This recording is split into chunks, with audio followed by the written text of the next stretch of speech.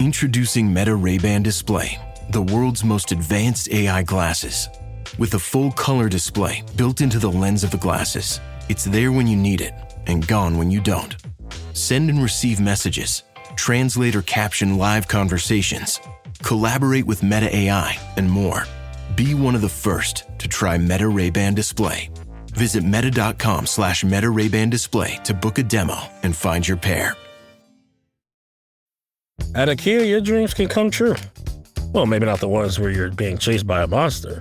We're talking about kitchen dreams. And there are IKEA products and solutions for all of them. Whether it's a whole new kitchen, a statement glassware set, or just new cutlery. If you got big dreams or small dreams in any size of budget, IKEA can help you bring them to life. Visit IKEA.us/dreamkitchen to learn more. Dream the possibilities.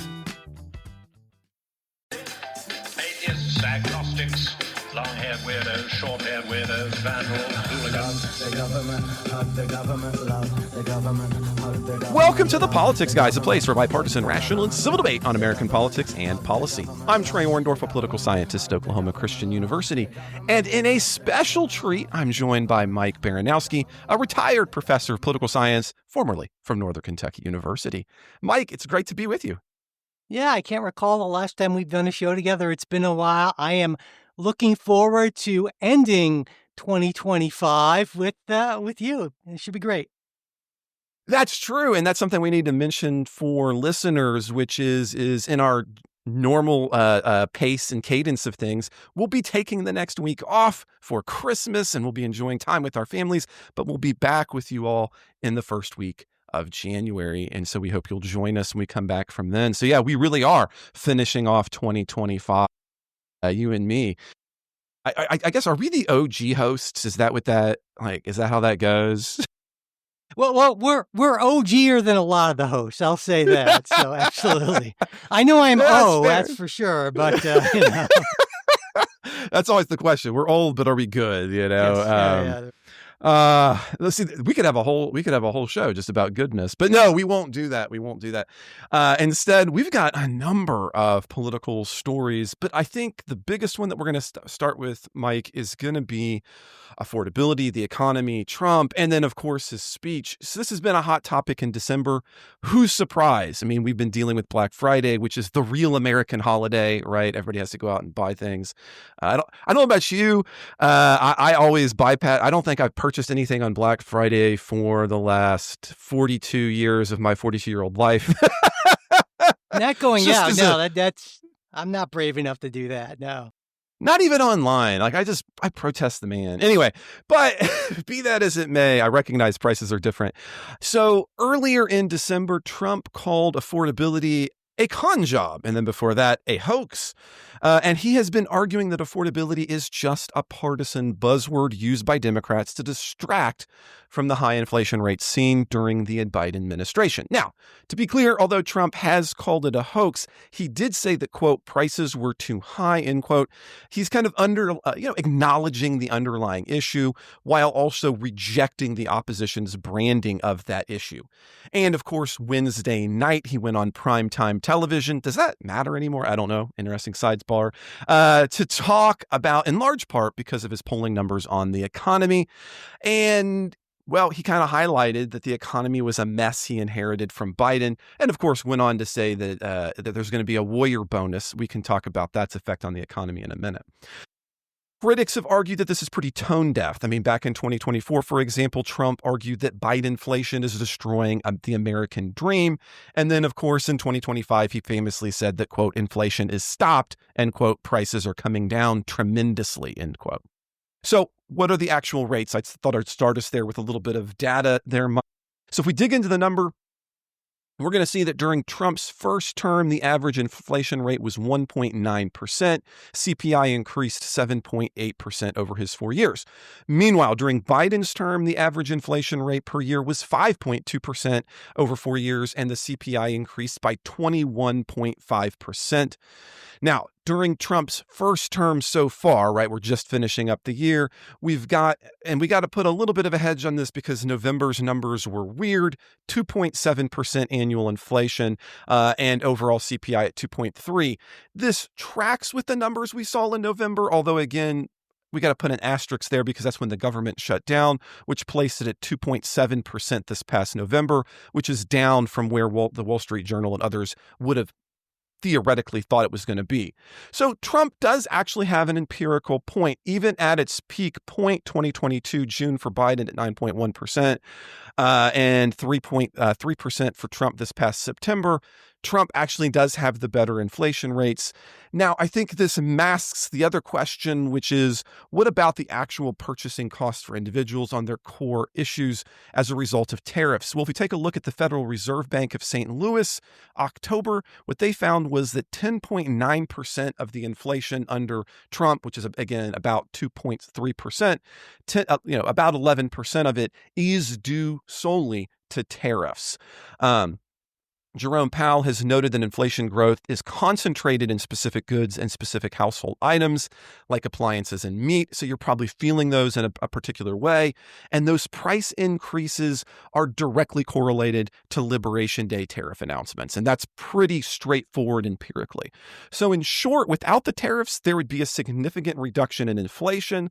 However, the overall inflation is still honestly lower than it was under Biden at any point. So Trump likes to point out that gas prices are going down. He's right about this. It's a little under $2 here. It's a little under $3 nationally.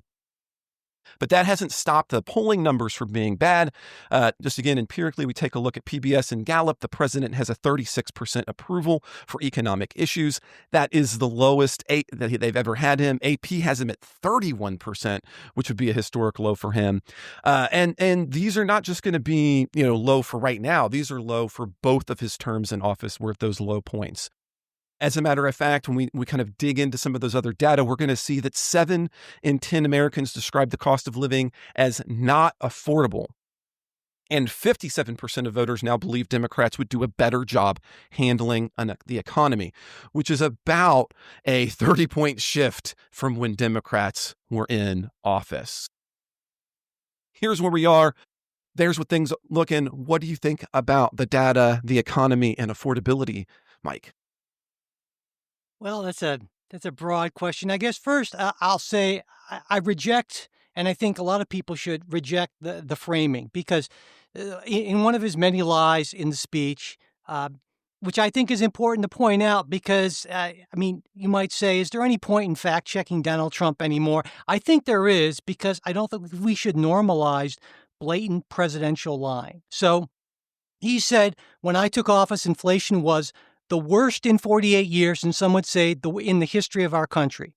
When Donald Trump took office this time, inflation was at 3.1%, which is, though that November number is probably off, everyone knows that, it's pretty much just about that now. So this idea that he inherited this mess from Joe Biden, it just simply, when you average out inflation rates over an administration, that doesn't really tell you the real story. What the real story is, COVID hit, then there was the post-COVID inflationary effect, and that took some time to work its way out of the economy. And so Donald Trump is just simply wrong about that, which means he's either an economic imbecile or he just doesn't care about that. Another one of his lies, gas is now under $2.50 a gallon in too much of the country. Well, as a lot of folks know, AAA tracks gas prices in every state of the country. There are 4 states in which gas is under $2.50 a gallon. Oklahoma, your state, Arkansas, Iowa, and Colorado. That's around 5% of the U.S. population. So in too much of the country? No, actually. And those are just 2 of the most blatant lies. But more broadly, pulling back, I would argue that Donald Trump's economic policy is, at least to me, I guess incoherent is the word I'd use.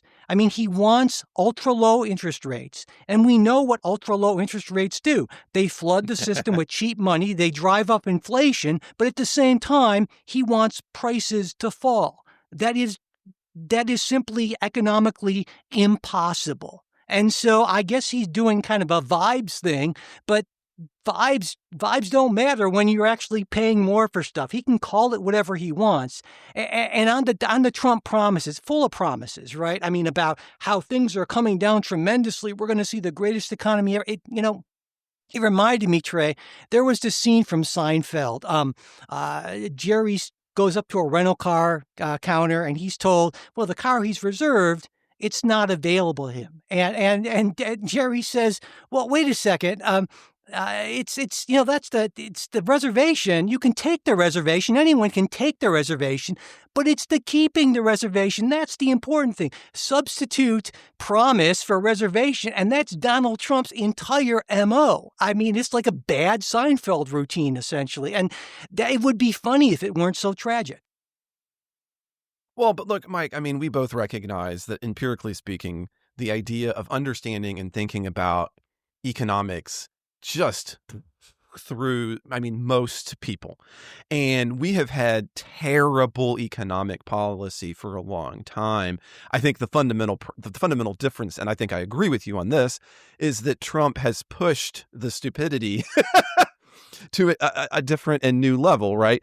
Which is, okay, we're going to have tariffs and tariffs are going to increase all this money and then we're going to spend this money and I'm going to give this money to consumers.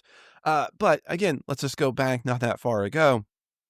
I understand that if you're going to take the Keynesian economic framework, and that's what everybody's working from, that what we did under COVID was supposed to kind of fix those issues. But that's what got us up to 21% inflation. It was a pain. If you're Keynesian, you accept that pain for what you saw as long-term gains.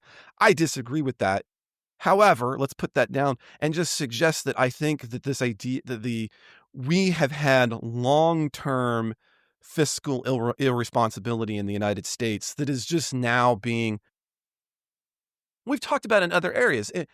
Trump has taken the guardrails off. So what would have been bad in the past becomes more borderline catastrophic when you have somebody who's not even willing to pay attention to the guardrails of the system. But the fundamental problem is we are, I mean, there isn't a truth. And this bothers me. And this comes from my side of the go. It's kind of it's the Rand Paul and Ron Paul issue, which is the sky is falling. The economy is going to collapse. It's time to move into gold. And it's like, okay, guys, I mean, you have a point-ish. However, no, 2027, 2028 is not going to be the year when fiat money collapses. Like, we can look at other countries and see that's not how this happens. And I'm not sure holding a bunch of gold is going to fix that anyway, but be that as it may. But there is a legitimate critique to the point that we still continue to spend on credit. And let's be honest, you pointed out Donald Trump wants low interest rates. I don't think he's an idiot about that. I think the honest hope from the administration is that low interest rates will mask the cost of debt financing, which is not getting picked up by tariffs, because the benefit to low interest rates, even though there's a pain point on the economy, you're absolutely right about that, is it makes our huge amount of debt slightly more sustainable. But at high levels, then you start to get potential tipping points. Now, the United States is a linchpin of the economy, so it's going to look a little different than if Venezuela had the same kind of issue. But there still becomes a pain and a problem there. So I have some agreement overall, but I can't put it all at Donald Trump's feet. I just think he's the guy who's like, yeah, who cares? We'll drive the car off the cliff. Sure. Well, to me, with you alluded to that warrior bonus with 1776, rolling my eyes at that hokey. But when you think about that, he's also talked about giving payments perhaps of up to $2,000 to low and middle income families. When you take a look at the cost of the tariff, yeah. Well, when you take a look at the cost of the tariffs, there have been various estimates from places like the Yale Budget Lab, the Tax Foundation, the National Taxpayers Union. They tend to peg it as between $1,700 to $2,000 per household on average. So essentially, what Donald Trump is doing is imposing a $2,000 tax on American families and then giving it back to them in a check with Donald Trump's name on it and acting like, I mean, I guess it's a good marketing strategy moving, but it's also, again, it's economically dumb. But politically, it might be smart, but economically, it's Donald Trump trying to buy off constituencies. We've seen it with the farmers as well. Farmers who are getting absolutely slammed by tariffs as well. I'll give you a cash payment. He's building this Rube Goldberg machine that's just not going to work in the long run. But I don't think he really cares about the. Okay, I agree with you. However, I mean, the idea of using those things to buy votes, That has a long history. He's just a lot less. He's more brazen about it. Let's talk. I mean, FDR, right? There's going to be a chicken in every pot. Of course, I'm going to be in office forever. Again, I don't want to suggest that FDR has all of the. Be clear, people. I don't want to get hate mail about FDR and Trump being the same person. I'm not suggesting that.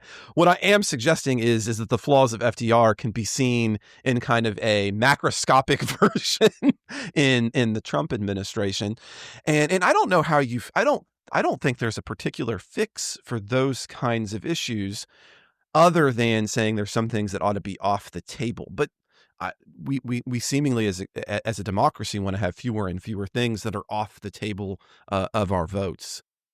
But there's another thing that's related to this, Trey, I wanted to bring up is that this seemed to me like a very partisan speech and not the sort of thing where networks would normally give the president, 18 minutes, which is incredibly short by Donald Trump's Fidel Castro length rants, essentially. And I think there's probably some sort of linkage between this and, the day or 2 days before, the head of the FCC saying, we're not really an independent agency, and the various threats to, because looking at the substance of it, the only real policy announcement was that 1776 warrior bonus sort of thing, where apparently the checks are in the mail. I'll believe that when I see it. By God, I know I could say that with a straight face. But, to me, that's part of, I could see the network executive saying, you know what? This is totally not a policy speech, but we just don't want the trouble of it. So fine, we'll give away the revenue from that, 18 half an hour segment, essentially. And that extracts a real cost as well. I mean, if you're somebody who doesn't believe government should get involved in the economy, there's a real economic effect to a presidential speech that preempts network time. An ABC, NBC, CBS, Fox, was it MS Now? I think that's not nothing. And I would think that economic conservatives would absolutely hate that. Libertarians like you have to absolutely hate that, right? well, I mean, and this is something we're going to talk about this more in our special bonus or our special listeners exclusive show. Look, conservatives and libertarians have been ousted. MAGA has taken over on those fronts. As a matter of fact, when I see analysts talking about the conservative Republican Party, I roll my eyes at somebody who doesn't understand the contemporary landscape of things. I mean, you're right, yes. And also, I haven't been a meaningful part of the Republican Party in a hot minute. Why? Because I literally got thrown out in Florida for daring to suggest that I wanted somebody besides Donald Trump the first time to win the nomination. And so I agree and hear that, but we don't control that anymore, right? I mean, I had that speech back then. They asked me to ever come back. And I said, well, look, I'm going to go across the street and work on the Democratic campaign. They said, no, you're not. And I said, watch me. And I did. And we actually elected a couple of Democrats. And it felt pretty good to be like, screw you, right there in the middle of Central Florida. But okay, again, and Dems were only willing to live with me in Central Florida because there's like 13 of them. And so they were happy to have anybody come across the street. Yeah. Whoever you are, come on in. But, now. Yeah, you hate come on, you too. So I hear that, but I don't know how much analytic good it does to say, look, this isn't conservative. This isn't classically liberal. Of course it's not. It's populist. It's Donald Trump. It's MAGA, and MAGA is the Republican Party now. And I don't mean that. I mean, whether you might love that, you might hate that. It just depends on your ideological framework. But I just think empirically that is in fact the case. Why are conservatives letting this happen is like asking why. I don't know. I mean, it's not as if you guys are Jeffersonians anymore in the Democratic Party. What do the Jeffersonians think about the most recent? Maybe not quite that disconnected, but you get my point. You get my point. Well, other thoughts here that we need to lean into, Mike, before we move forward? No, I think we seem to both be in agreement that Donald Trump's economic policy is at most charitably could be called questionable. Well, the last thing I will say on that front as we get out, though, is he did not inherit the absolute mess that he is suggesting, the worst in history. Yes. However, I would continue, and this is something that Ken and I argued about ad nauseum. He was always like, inflation will be gone next month, for all 4 years of Biden's presidency. And my answer was, it's not going down that low. It's going to come down, but it's not going to come as low as you're thinking. And we're still living with the pain of the economic mistakes of COVID. And I don't mean in terms of shutdowns, friend. I'm not a whack job on those fronts. But in terms of how we flooded the zone with cash, it's going to take a long time for those things to be changed. But let's move forward. We're not leaving Trump behind, though, so no worries, Mike. I know that you don't want to leave Trump behind. Just here, on December 11th, President Trump announced on social media, his social media, that he was granting a, quote, full and unconditional pardon, end quote, to Tina Peters, the former Mesa County, Colorado clerk. Now, we wouldn't normally spend a lot of time on pardons. We don't bring these up all the time. However, this one is unique, to say the least, because it's a state conviction. Well, what, you might be asking? Well, we have been discussing presidential powers on Discord. As a matter of fact, Mike and I, we were disagreeing about this a little bit on Discord. Something available for supporters if you'd like to join us on that front. But this, no matter where you fall, this is a particularly big shift, or a huge shift if we're going to put it in Trump terms, because it has never before been argued that the president can overturn state convictions. So let's dive into the details just a little bit. Tina Peters is, or was, the Republican clerk and recorder for Mesa County, Colorado. Now, like a number of individuals, Ms. Peterson became a prominent figure in the so-called Stop the Steal movement in the wake of the Biden-Trump election. Now, she orchestrated a security breach of her own county's election equipment. You heard me right, her own. During her trial, it was demonstrated that she disabled security cameras and provided an unauthorized consultant, a guy named Conan Hayes, access to software for election purposes, and then allowed Hayes to commit a data breach by copying that sensitive election data, including passwords, which were then leaked online at the conference hosted by Mike Lindell, the conspiracist and MyPillow CEO, right? So, short version is that Peters broke into her own system and tried to prevent anybody from recognizing she broke into it to give access to somebody so that he could leak sensitive data. There's our short version, friends. So in October 2024, so just a little over a year ago, a state judge sentenced her to 9 years in prison, and her conviction includes 3 felony counts of attempting to influence a public servant, 1 felony count of conspiracy to commit criminal impersonation, and then numerous misdemeanor counts of official misconduct and violation of duty. So a lot. During her sentencing, Judge Barrett referred to Peters as, quote, a charlatan, and noted that she had a total lack of remorse, and stated on the bench, this does not happen, friends, that she had, quote, betrayed her oath, end quote. She is currently obviously serving that term. So why are we talking about this? Let's go back. December 11th, Donald Trump announced he has pardoned her. Now, that's a problem because if we turn to the Constitution, which Ken and I did in great detail the last couple of years, Article 2, Section 2 of the Constitution states that the president has power to grant pardons for, quote, offenses against the United States. Now, this has almost universally been interpreted to mean federal crimes. And the key Supreme Court precedent, actually one that we brought up on the show, is Ex parte Grossman. It's way back in 1925, where the court explicitly states that the phrase offenses against the United States was included in the Constitution, quote, to make clear that the pardon of the president was to operate upon offenses against the United States as distinguished from offenses against the states, end quote. So, this might, if you're a listener, seem pretty straightforward, kind of like you can't run for a third term. But as is the case when you're willing to knot yourself into pretzels, maybe not. So what has been said? Well, Trump, we don't get a lot of details. On Truth Social, the president has repeatedly called Peters a hostage and an, quote, innocent political prisoner. Trump has characterized the prosecution as vicious and partisan by Democrats and called Peters repeatedly a patriot who was punished for, quote, demanding honest elections. And you can check that all out on Truth Social. His December 11 pardon was presented as a, quote, full and unconditional one. And back in May, he had already ordered the DOJ to take all necessary actions to free her, which has not to this point led to any formal argument. So we can't see what the Trump administration thinks about this. We can turn to Peter's attorney, who is also ironically named Peter's Tickhan. So they have Peter on the front and the back.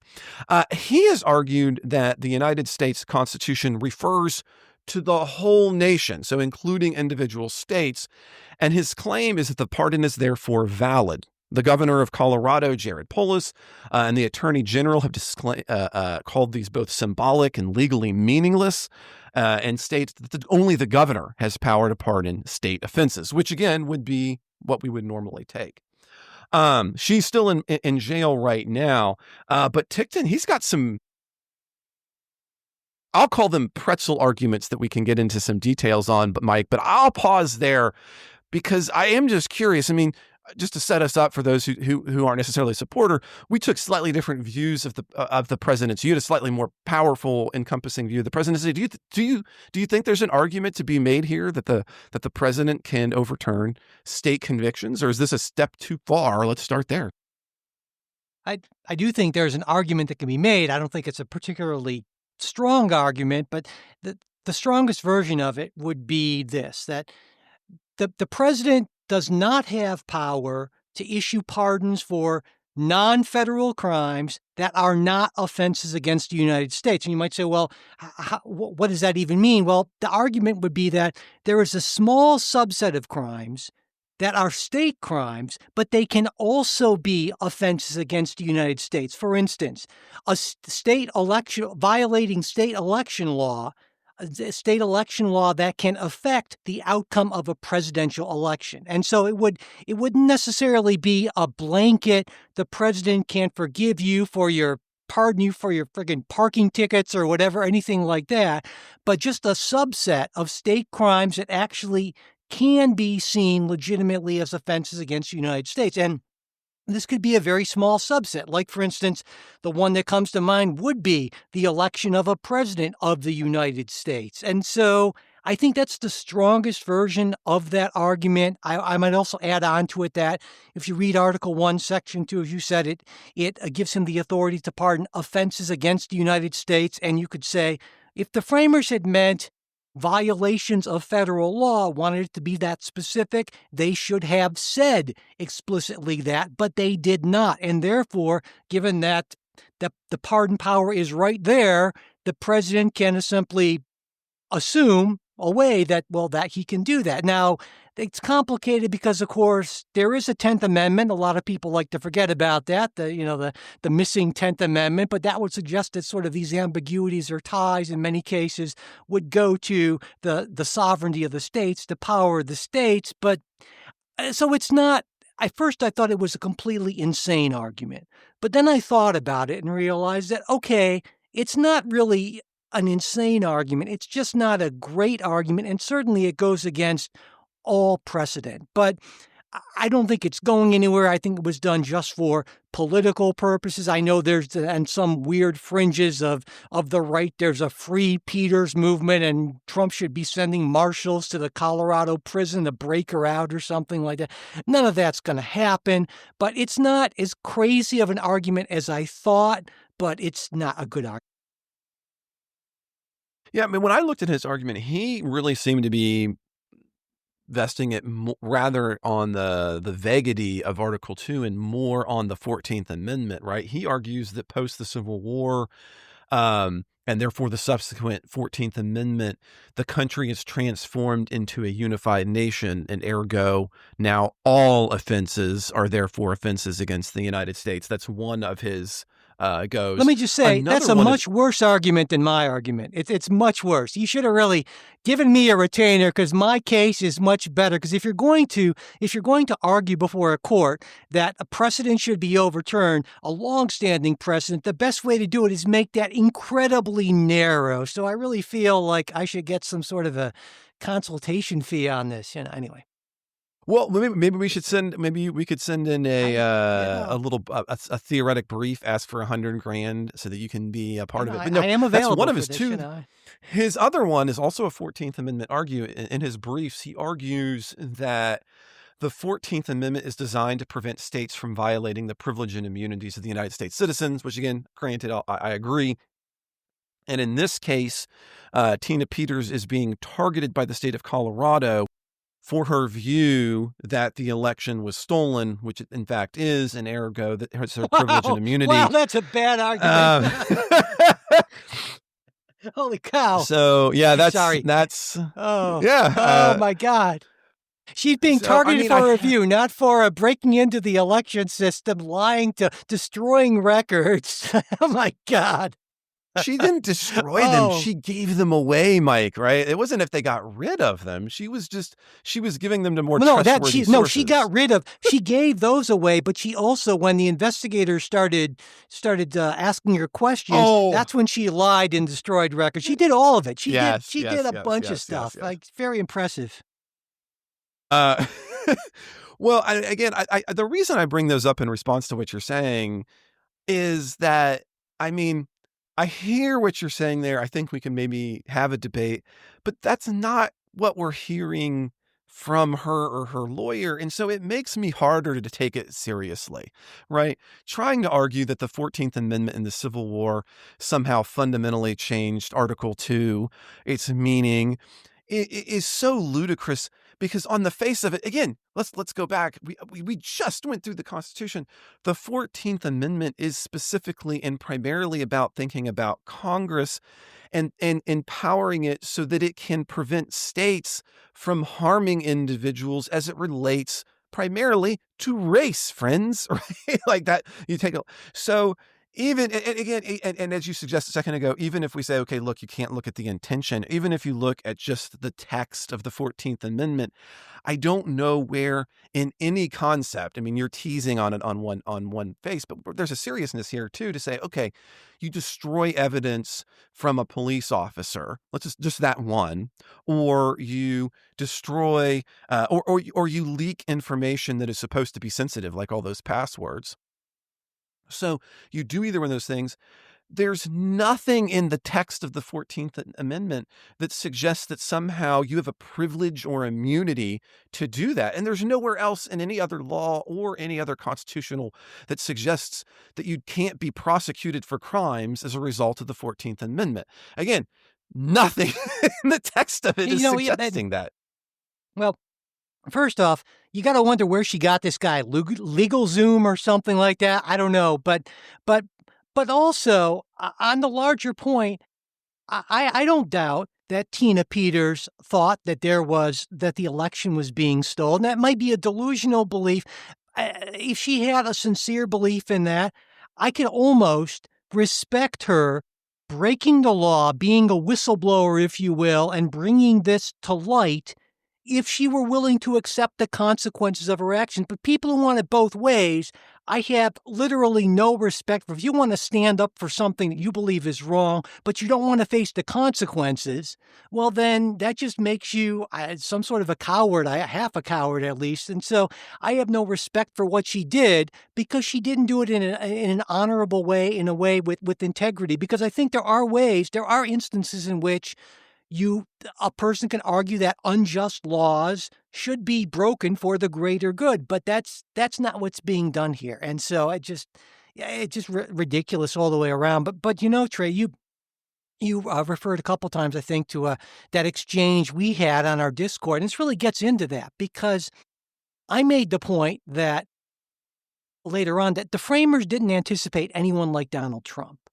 And that essentially they assumed that things like norms, customs, basic standards of decency and decorum would always be there in the background as these guardrails. And also they had good reason to believe that because the model of politics, the system as it was designed then, filtered out people like Donald Trump. It was an elite-centered model. Elites were picking other elites, and there were some real problems with that model for a lot of reasons. But one thing it did do fairly well is it filtered out a lot of those people. And they did not, they designed a system they thought that would not allow populist demagogues to become presidents and to run essentially like a Louis XIV, I am the state sort of system. And that's what we have here because the system simply did not ever expect the 21st century world we have and the sort of person that, Donald Trump is. And I think the pardon power here, his trying to use it this way, is just one more instance of this because the Trump model, whether it's pardons, tariffs, or anything else, is let's just do whatever the hell we want to do, ignore the law, ignore the precedent, and try to just push it through. Hope we get a favorable ruling here or there. And so that's totally against what the framers believed in and nothing they could have ever expected. And that's why our system is having such a difficult time responding to someone like Donald Trump because it wasn't designed to. This is Jason Momoa, and I'll be your finance professor today. Welcome to Banking Smarter 101 with Chime. Bam! First lesson, sign up for Chime and set up direct deposit. You'll be joining millions of members banking fee-free. Second lesson, get cash back on eligible purchases while building credit and a higher APY on your savings. That's how you bank smarter this season. Fa-la-la-la-la, class dismissed. Join Chime today. Chime is a financial technology company, not a bank. Banking services and a secure Chime Visa credit card provided by the Bancorp Bank N.A. or Stride Bank N.A. Members FDIC. Optional services and products may have fees or charges. Details at chime.com/fees-info. With a qualifying direct deposit, earn 1.5% cash back on eligible secure Chime Visa credit card purchases. On-time payment history may have a positive impact on your credit score. Results may vary. APY means annual percentage yield. Learn about credit building and more at chime.com. Every successful business evolves. And to keep up, you need a bank relationship that evolves too. When you collaborate with KeyBank, you don't get one-size-fits-all solutions. Our expansive team of experts across industry verticals wouldn't be here if you did. Always ready with bespoke solutions for your biggest challenges and opportunities. We know all businesses are different, and that's why we approach business differently. Reimagine business as usual. KeyBank opens doors. Learn more at key.com/B2B. John Legend, Sheryl Crow, Elvis Costello, and Alanis Morissette star in the MGM Plus original series, Words and Music. Iconic artists share intimate performances and the stories behind the songs. New episodes Sundays on MGM Plus. I mean, that's a fair, and we'll have to get into that into more detail. But something else you'd said there, and I think it piggybacks on that, is you were talking about, she's half a coward. And if you think about a large portion of the MAGA voter, there is a substantial portion of them that want a revolution, in a sense. And some of them maybe even more realistically want, a second American Revolution of some kind in a more pragmatic sense. However, it is also true that they don't want to have to then claim that they're blowing up the system, right? At the same, all right. In other words, I want to fight a war. I want to fight a civil war, but I don't actually want to fight a civil war. I want the other side to accept my. I don't want to get hurt or anything like that. I just want to fight the war, but yeah. It's like that half an hour. But it's a weird schema. I hadn't thought about it that way, but I think it's worth pointing out because I think it helps kind of explain, I want to have my little military army, and you have to accept that I'm going to come around in March. Okay. But at the same time, you're just going to give up, right? Like you don't have to. Yeah. And the reason, and I wasn't clear on this, the way this ties into, I think, our maybe differing views on unitary executive and presidential power is that I believe that if just based on what the framers put in the Constitution, that you can make a very strong John Yoo sort of case for the type of unitary executive that Donald Trump is arguing for, and a lot of Trump administration officials are. The framers thought that was okay because they felt that they could give the president all this power, but it would always be constrained by norms, customs, these standards, and the filtering mechanism. And that way it gives you the best of both worlds, at least in their minds, because that way, when there is a true emergency, then the president actually has the ability to quickly react to that. But the president will always be a person of sufficient character that he will not abuse that power. And so Congress clearly felt that way too, because they passed so many emergency statutes, never thinking that the president would just declare, I don't know, it's Tuesday and I'm feeling cranky. That's an emergency. So that's the problem we have. And so we do have a system, I believe, that has a unitary executive, but it was assumed that the executive wouldn't really go that far. And that was maybe a good assumption in 1789, but not now. Push back on you. I'm going to push back because I disagree. Yeah. One is that I don't disagree that the framers were attempting to have it, what they would have called an energetic, or what we would today call a more powerful presidency compared to the Articles of Confederation, what came before. However, I think you're viewing it through a contemporary lens. There were still significant constraints on the executive action. And we don't have to get down into the nitty-gritty of the details. Look no further than the cheerleaders of the document, the Federalists. And directly in the Federalist Papers, one of the things that they suggest is, well, it's clear that the president can't just remove people at will from his own cabinet, right? That comes from maybe one of the most executive energetic guys there are, Hamilton. Now, however, there's two different kinds of ways we could be reading the Constitution here. One is kind of the Scalia textualist way, which is it's just the words on the page. The other is the originalist way, which says it's the words on the page, but you also have to understand its meaning.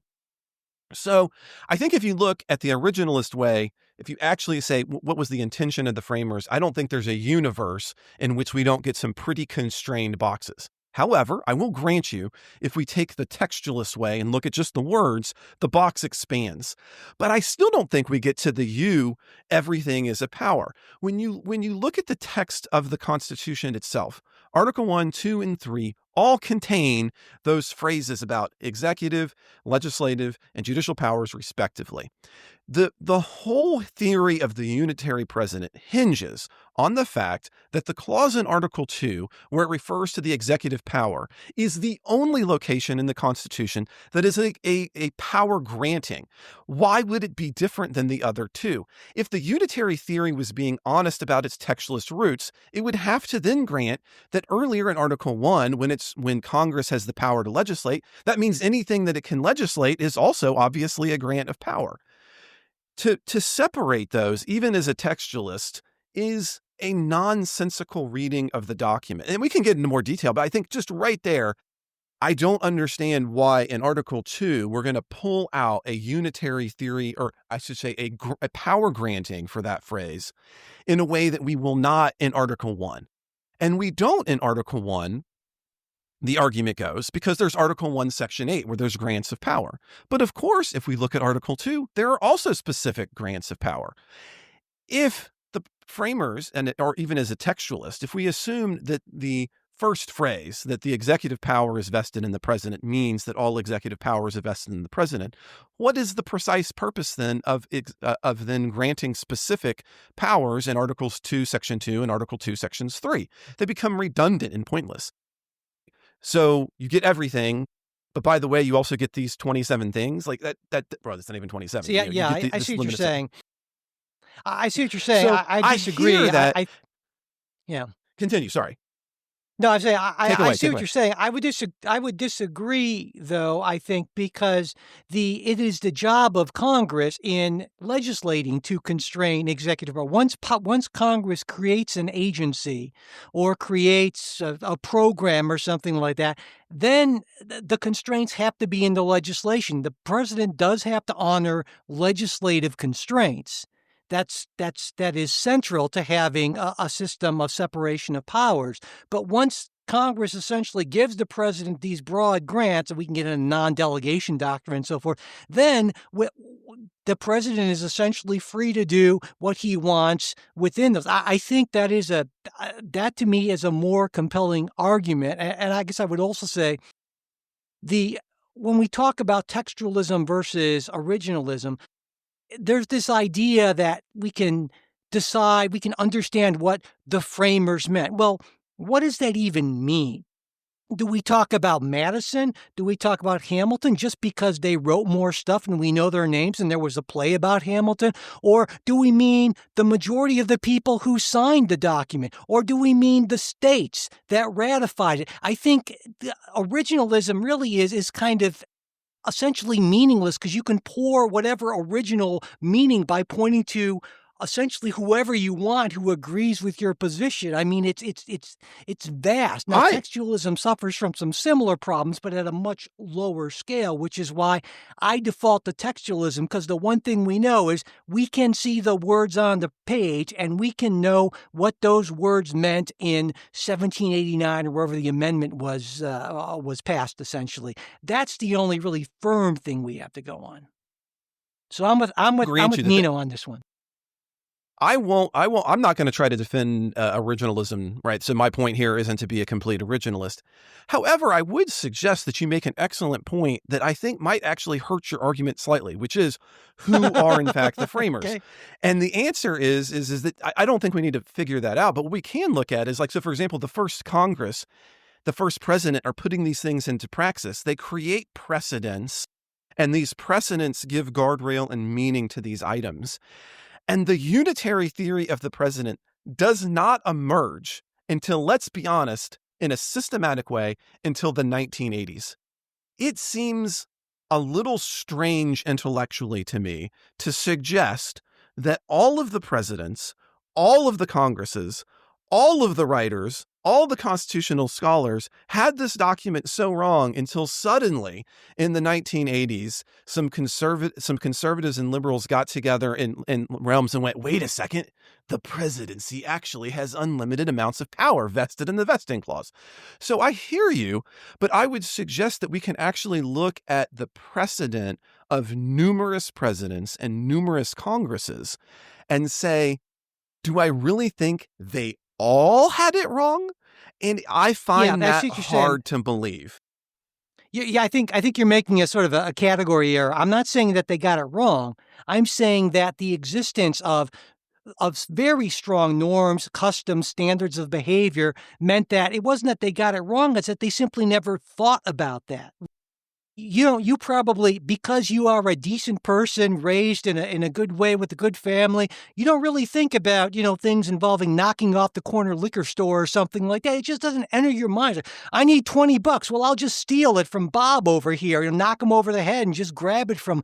It just doesn't enter your mind. It's not like it just, and that I think is much closer to the truth, because I think in a lot of these analyses, we really don't appreciate the incredibly important role that these unwritten rules, that these norms, that these customs, that these standards really play in our system. And when we see them changed in such a massive way, then of course that's going to shake everything up. And I don't think the answer is to say, well, let's just read things into the document that aren't there. I think you can't deal with problems of character through law.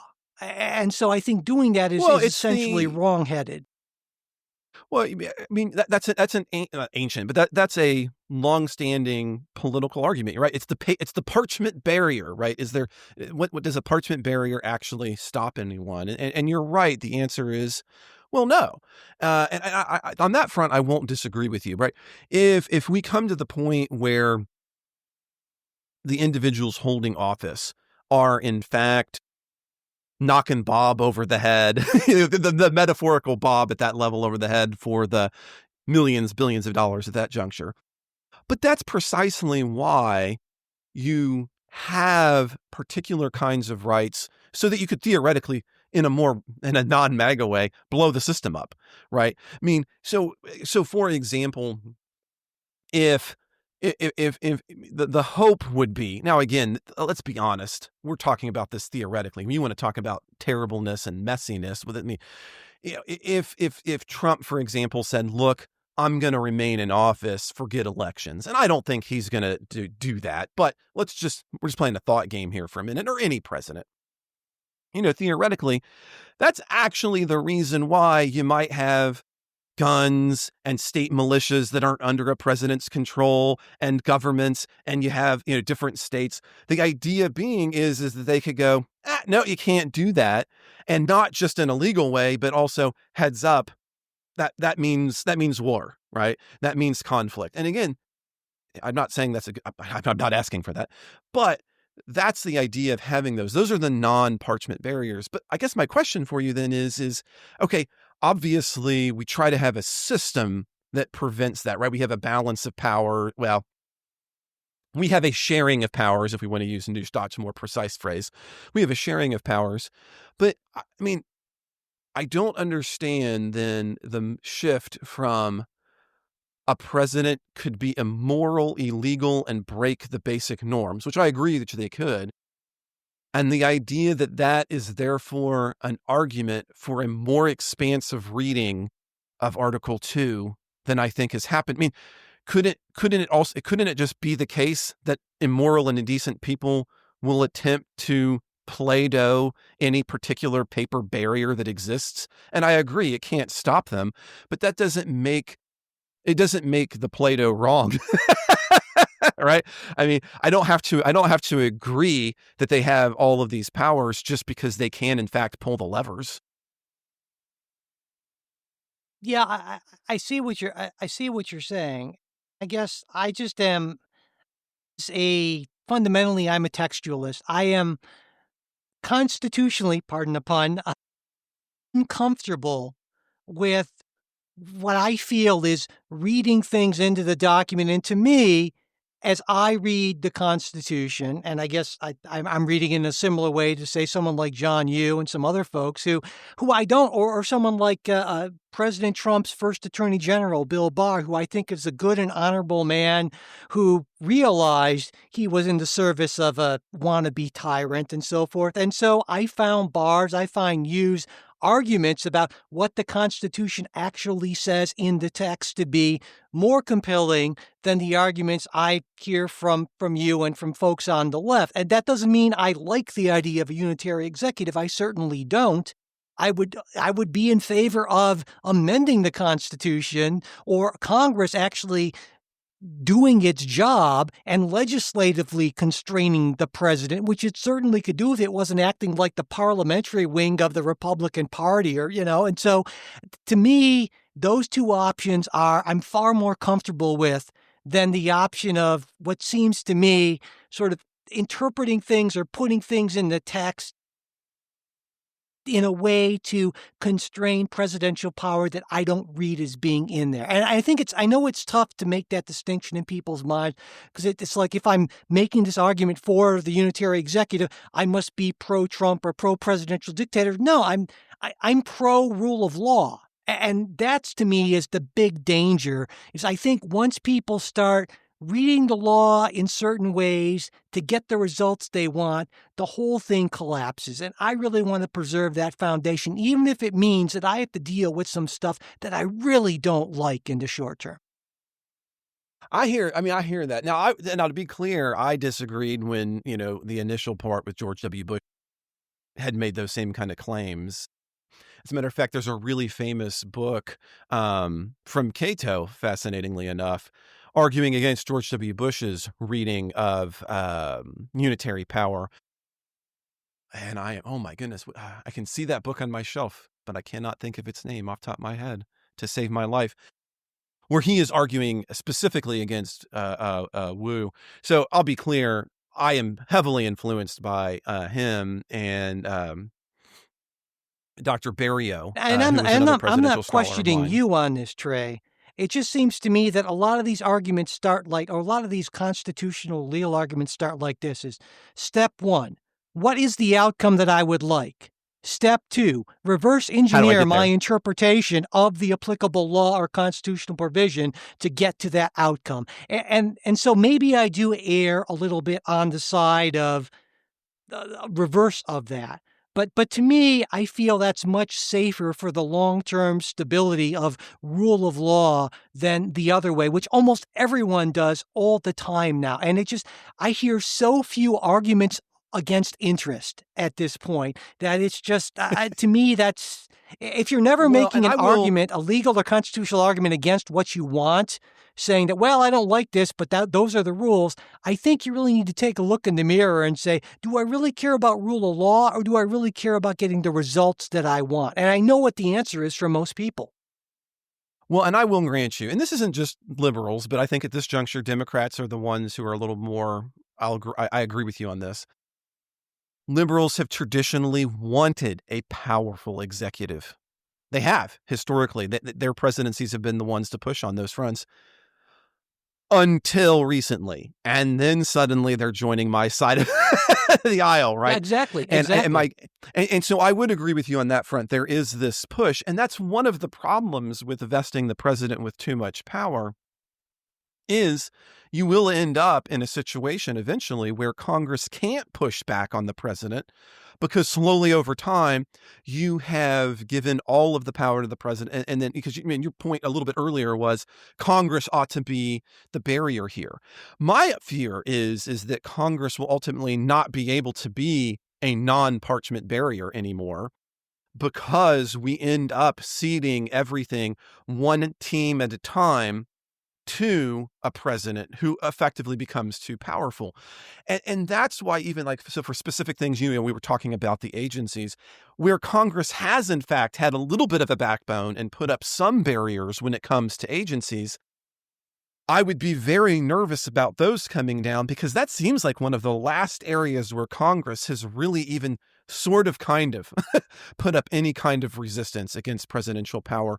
And it seems that the theory of the unitary theory in the executive is coming for that as well. And so that makes me very nervous for that theory. And I suppose that is in fact an outcome that's fair. This is what I'm saying. Because I am thinking. I'm saying.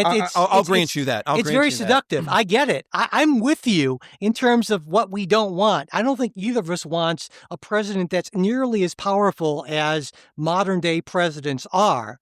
It's just that I think we feel that the way to address that is different. You're more comfortable with what I would view as reading the Constitution in a way that isn't necessarily giving true fidelity to the text. And I guess your concern and on the fidelity, fair concern is that go ahead. But I was going to say, I like that point, right? The fair fidelity to the text. Again, though, if we can't read the document in a way that destroys portions of the document, and if the powers of the presidency are expanded to an extent where Congress does not have meaningful power, that seems like it must be an illogical understanding of the text, because then we wouldn't have Article 1, and it wouldn't have been Article 1. I mean, again, maybe that's getting too original for you. It's Article 1. But put that aside. If the president can do everything and he doesn't need any legislation thereunto do, it makes no sense to have a Congress. So even at a reading level, I still have a trouble. There is a point where maybe I could be with you to a juncture in that kind of unitary president where I'm being careful not to overstep to particular outcomes. But put aside outcomes and just thinking of the system as the whole, it still stretches my ability to understand reasonable individuals and a reasonable text to suggest that one of the chapters, if you will, in your document would be made pointless by another of the chapters in it. And ergo, that seems to me to be an illogical reading. Yeah, I think that's sort of a straw man. I think that's sort of a straw man view or explanation of the unitary executive theory. It's not that the president is the king. It's that the president within his lane can do whatever he wants within that lane. Now, the barriers to that lane are set out in large part by what authority Congress grants by creating agents. It's not like Donald Trump can create a new agency. He might want to rename the Kennedy Center and call it the Trump Kennedy Center, and he can find his own little hand-picked board of quislings to do that.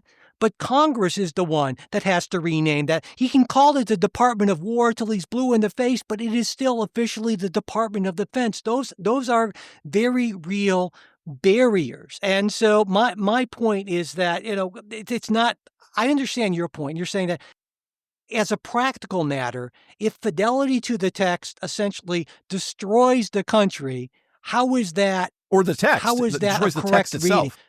Well, what I would say is it is a disastrous reading, but it's not an incorrect reading. It is a reading that should lead us to say, hey, maybe we should amend the Constitution, or hey, maybe Congress should get off its ass and do some work so the system can work as it is intended to work. That's what I'm saying. Now, I can be on board with let's amend the Constitution and let's get Congress off its booty to do something. I can get on board with that. But I don't think it is a straw man to suggest that if we look at the application of the unitary executive theory, that it continues to come for more and more of the things that Congress does, and I can imagine like tariffs. Can you give me an example? I'm having a hard time. Maybe if you can make it a little more concrete. When you say that the unitary executive theory is coming from more and more things that Congress does, can you sort of give me a concrete example? Because I'm not understanding what you mean by that. I would suggest, for example, I think for me the best example would be the extent to which we now allow presidents to write law via both signing statements and direct action and executive orders. Executive orders and signing statements have become ways of presidents to write law. And they have done that primarily to bypass Congress's law writing abilities. I think that's one of the strongest. I think those are two of the strongest cases to be made.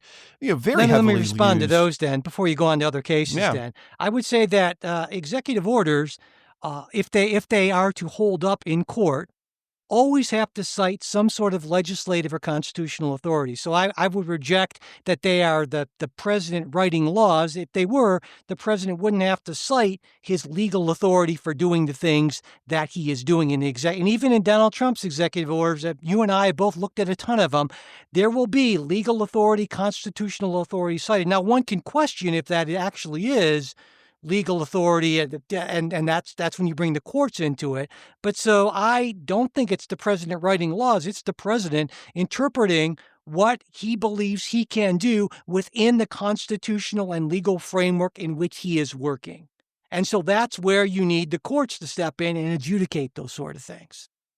Okay, so for example, I have pulled up the executive order, the infamous executive order 9066. This is FDR rounding up Japanese Americans. And in it, he argues that he has the right to round them up on the basis of, well, nothing other than we have he has authority. He says, now, by virtue of the authority vested in me as President of the United States and Commander-in-Chief of the Army and Navy, I hereby authorize and direct. Now, he paper cites Section 4 of the Statute 533, but that actually has nothing to do with domestic military and just about the fact that the president has the ability to direct troops during a conflict.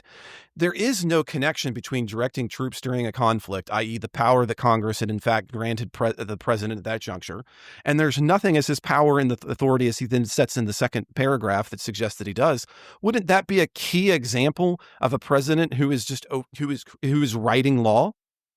No, because that would be, Donald Trump could issue an executive order saying, based on my authority as president of the United States, and I'm citing this financial crimes law, that means that I can take $38 billion from the Treasury and buy gumballs and Diet Coke or something like that. Now, that would be challengeable, and certainly people would challenge that in court. And you could say, listen, you are citing a legal authority that is actually not appropriate to what you are doing, which is happening with Trump's tariffs. And Donald Trump is defending all kinds of executive orders. So no. Now, if there were no judiciary and the executive order could simply be, the president says it and it is done, but that's not the system we have. And so certainly there are better or worse arguments that presidents make as to what their legal authority is.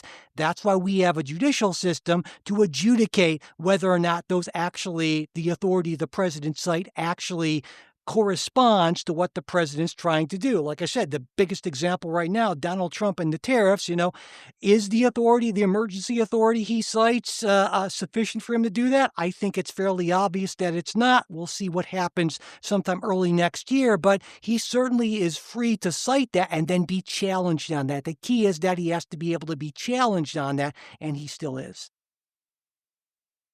Well, Mike, do we have time for another story, or what do we do?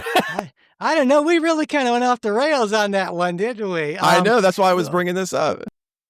Well, I don't know. Why don't we kind of give folks super extra stuffed bonus midweek to kind of ride out the rest of the year? What do you think about that? Because I know we did want to talk about, the whole Secretary of Defense, not war, Hegseth, and his battle to try to prosecute Senator Kelly. And there's the Candace Owens and Turning Point USA internal GOP. I really want to hear your thoughts on that. And we had some other stuff, some fun stuff planned as well, right? Yeah, we're going to take a look. We got predictions coming up for the upcoming year from both of us, which is always kind of a fun tradition for the end of the year. We're going to talk about our own political journeys and maybe a big announcement from Mike, as I understand it. That's right. Yeah, stay tuned for that. I'm just going to tease it that way. Yeah. And I think everybody already knows my things, but you never know. You might be new. So we got a lot of fun stuff coming up for the bonus show. Okay, so I guess it's an oversized extra show is what you're going to be getting with a lot of trimming. It's going to be all the wrapping paper plus a beautiful present on the inside. It's all the fun things. But if you want to have access to all of this, because goodness, you're going to get like almost nothing of this if you are not a supporter, because you just get a little slice of it unless you're a supporter. So if you want to get that midweek show, you got to be a supporter. It only takes about 15 minutes to make this happen. All you got to do is head down to the show notes. We've got you there. Just click on that. You can become a supporter of the show, or you can head to politicsguys.com/support and take a look at it there. Or you head to patreon.com/politicsguys, and you can look at all these different levels of support. Because, we've been talking about doing like the Discord. You get access to Discord, which is a lot of fun to have you there. And maybe this is something that you gift somebody, right? Maybe it's time to gift somebody the gift of the Politics Guys. They're interested this way. You're tired of talking with your friend about the politics and you want somebody else for them to talk about. Gift them Discord and they can come talk with us. So I would love for you to become part of that. Finish off the year with the Politics Guys and our extra-sized bonus show by becoming a supporter. Now, remember, you can always reach us at mail@politicsguys.com, and nowhere is that more important. We recognize it can be expensive, and if you just want to get those shows, it is a possibility. Just reach out to us at mail@politicsguys.com so that we can set you up. Also, if you could subscribe, rate, and review this. Listen, it sucks, but AI rules all. Please help the AI algorithms find us by sharing this episode. And I always finish with, I'm just blown away every year. And I'm just going to say it at the end of the year. I am blown away about how long so many of the following names have remained supporters. You guys rock. It's just amazing to me as we're coming at the end of 2025. And I just think all of you care this much. Thank you so much to our executive producers, Wilma Marino, Daniel Toe, Ryan Beasley, Don Oglesby, Derek Schmidt, Dakota Heath, Jason Chrysler, Dave Dean, Jeremy Larson, Brian Matza, and Jody Miller. We'll be back with a full episode next week. I'll see you then.